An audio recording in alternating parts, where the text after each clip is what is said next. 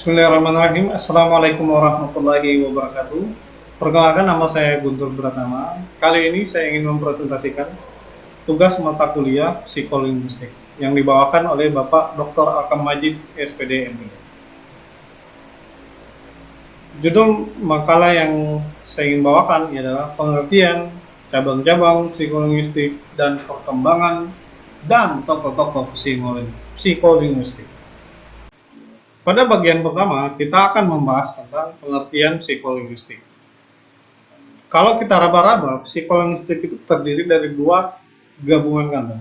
Yang pertama adalah psikologi, dan yang kedua adalah linguistik. Sebagaimana yang kita ketahui, psikologi itu artinya ialah dia berasal dari bahasa Yunani, yang artinya adalah psika, jiwa, dan logos, ilmu. Nah, secara etimologi, psikologi merupakan ilmu jiwa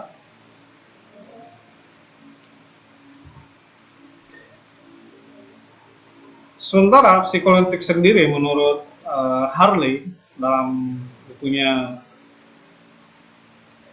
Darjo Widoyo,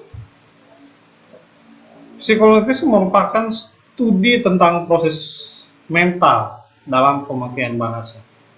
Ditambahkan sendiri dalam Soblim mengungkapkan bahwa psikolinguistik mencoba menguraikan proses-proses psikologi yang berlangsung jika seorang mengucapkan kalimat-kalimat yang didengarnya pada waktu berkomunikasi dan bagaimana kemampuan bahasa diperoleh manusia. Nah, kita melangkah ke bagian kedua, yaitu cabang-cabang psikolinguistik.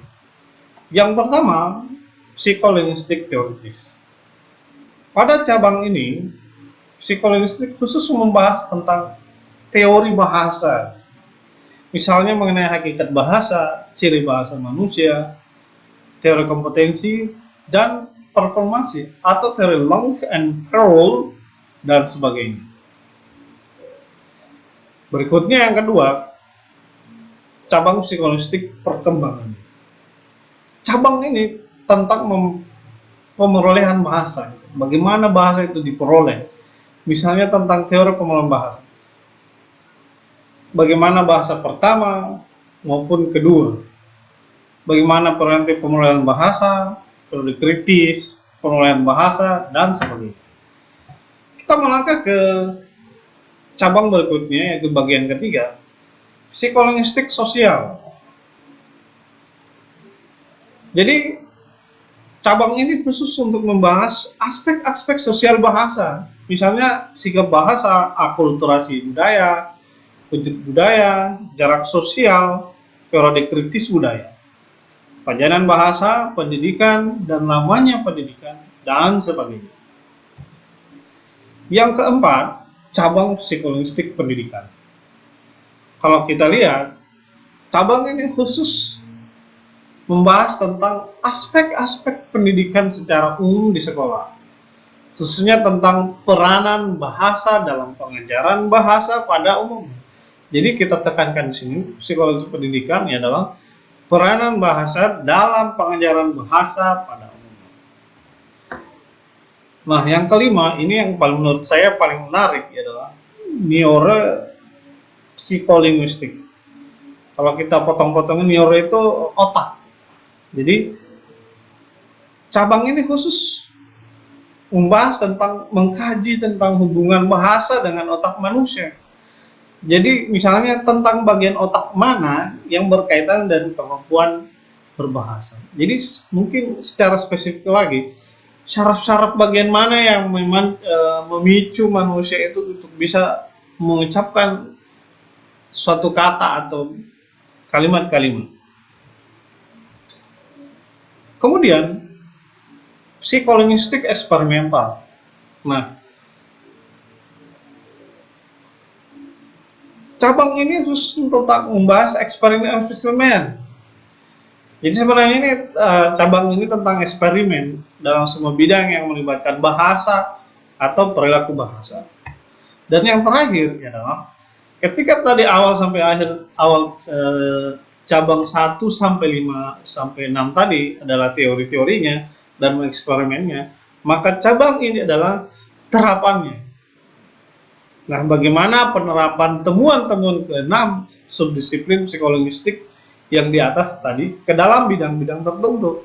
Misalnya psikologi, linguistik, pendidikan, pengajaran, neurologi, psikiatri, komunikasi, kesusastraan, dan lain sebagainya. Nah, pada bagian ketiga ini, kita akan membahas tentang perkembangan psikolinguistik. Tentunya perkembangan psikolinguistik tidak jauh dari ilmu secara umumnya, tidak jauh dari para pakar-pakar, para filosof-filosof pada zaman dulu ya. Jadi pada awalnya psikolinguistik ini bermula dari seorang ahli linguistik yang tertarik pada fisiologi dan ahli psikologi yang terjun dalam dunia linguistik. Jadi ada dua. Yang pertama adalah ahli linguistik yang tertarik pada psikologi dan ahli psikologi yang terjun dalam dunia linguistik. Jadi pada abad ke-20 ketika seorang psikolog Jerman bernama Wilhelm Wundt menyatakan bahwa bahasa bisa dijelaskan dengan prinsip psikologis. Nah, inilah tokoh yang fondasi atau awal dari sebuah ilmu psikolinguistik yang sudah dimulai ada. Akan tetapi, mayoritas orang beranggapan bahwa psikolinguistik itu lahir setelah tahun 1954. Sebenarnya ilmu ini telah dipelajari dan didiskusikan di Jerman sejak abad ke-19. Hanya saja penyebutan istilahnya berbeda mungkin dibanding dengan abad ke-20. Ditambahkan lagi, Wilhelm Wundt juga merupakan ahli psikologi yang pertama kali melakukan eksperimen dan membangun laboratorium psikologi di Leipzig, Jerman. Ya. Pada abad ke-19 itu, Wundt telah memperkenalkan fisiologi der Sprache, psikologi bahasa, yang isinya tidak jauh berbeda dengan dibicarakan psikolinguistik yang ada sekarang ini. Akan tetapi, sumber lain mengatakan bahwa psikolinguistik sudah ada sejak tahun 1952, ketika Social Science Council di Amerika Serikat mengundang 3 orang ahli bahasa dan 3 orang ahli psikolog untuk mengadakan konferensi interdisipliner. Jadi mereka mengadakan seminar dan mereka bertukar pendapat tentang bagaimana sih bahasa dan psikolinguistik itu saling berkaitan satu sama lain. Nah, istilah psikolinguistik ini secara formal digunakan pada tahun 1954 oleh Charles E. Good dan Thomas E. Sumberg dalam karyanya berjudul Psycholinguistic, A Survey of Theory and Research Problems. Berawal dari hal tersebut, istilah psikolinguistik sering digunakan. Terakhir nih dari pembahasan materi pada saya kali ini adalah tokoh-tokoh psikolinguistik yang berpengaruh dalam perkembangan dunia psikolinguistik itu. Jadi ada menarik, ada 2 pembagian tokoh-tokoh dalam dunia psikolinguistik. Yang pertama, psiko dan linguistik. Maksudnya adalah pakar linguistik yang menaruh perhatian ke psikologi. Jadi yang pertama adalah pakar linguistik yang menaruh perhatian ke ranah psikologi. Nah, di sini kita bisa lihat ada Humboldt, Ferdinand de Saussure, Edward Sapir, Leonard Bloomfield, Otto Jefferson. Kalau kita lihat semua ini mereka adalah filosof-filosof pada zamannya. Kemudian ada ahli linguistik dalam psikologi. Nah, jadi ini merupakan ahli psikologi yang tertarik dalam linguistik. Nah, tentunya psikolog ini yang paling terkenal adalah ada John Dewey, Carl Buchlers, Wilhelm Wundt, sebagaimana kita bahas tadi, Watson dan Weiss. Nah, inilah tokoh-tokoh filosof yang sebenarnya mereka semua ini adalah tokoh-tokoh filsafat pada zamannya. Demikianlah, karena waktu yang membatasi, saya ingin sekali berbicara panjang lebar. Akan tetapi waktu yang membatasi, maka saya menutup presentasi pada kali ini dengan mengucapkan mohon maaf yang sebesar-besarnya. Tapi sebelum saya tutup, saya ingin memberikan pertanyaan, 5 pertanyaan kepada teman-teman. Catat ya, 5 pertanyaan ini teman-teman. Yang pertama, apa pengertian psikolinguistik? Sekali lagi, yang pertama, apa pengertian psikolinguistik? Yang kedua, jelaskan 7 cabang-cabang psikolinguistik. Yang ketiga, jelaskan sejarah perkembangan dunia psikolinguistik pada abad 20.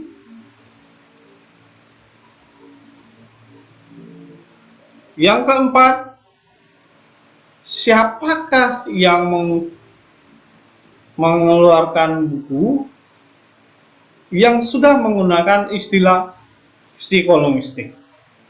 Jadi yang keempat, siapakah tokoh yang mengeluarkan buku yang sudah menggunakan istilah psikolinguistik? Dan yang terakhir, sebutkan tokoh-tokoh pakar-pakar linguistik. Jadi sekali lagi, teman-teman sekalian, mungkin ini saja yang bisa saya sampaikan. Mohon maaf jika banyak kekurangan. Sekali lagi, mohon maaf jika banyak kekurangan. Tentunya kekurangan itu datangnya dari saya sebagai seorang manusia yang penuh dengan kekurangan dan kehilafan. Dan kesempurnaan itu hanya milik Allah Subhanahu wa Ta'ala. Terima kasih atas perhatiannya. Assalamualaikum warahmatullahi wabarakatuh.